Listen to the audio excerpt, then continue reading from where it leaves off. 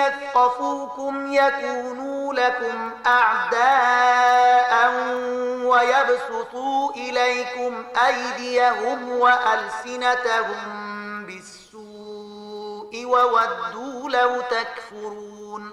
د هغو چلن خو دا دی چې که پر تاسې بریالي شي نو له تاسې سره دښمني وکړي او په لاسونو او ژبو سره درته آزار درکړي. هغوی خو دا غواړي چې تاسې د هم په یو ډول کافر شئ.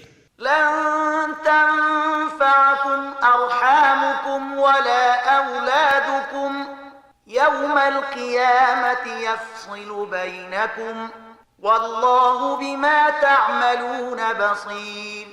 د قیامت په ورځ به نه ستاسې خپلوۍ څه په کار درشي، نه ستاسې اولادونه. په هغه ورځ به الله ستاسې ترمنځ بیلتون راولي او همغه ستاسې د عملونو لیدونکی دی.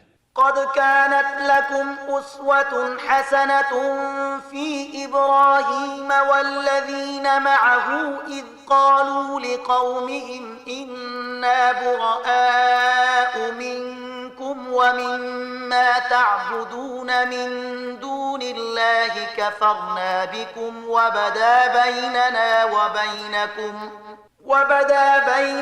وبينكم العداوة والبغضاء أبدا حتى تؤمنوا بالله وحده إلا قول إبراهيم لأبيه لأستغفرن لك وما أملك لك من الله من شيء إلا قول إبراهيم لأبيه لأستغفرن لك وما أملك لك من الله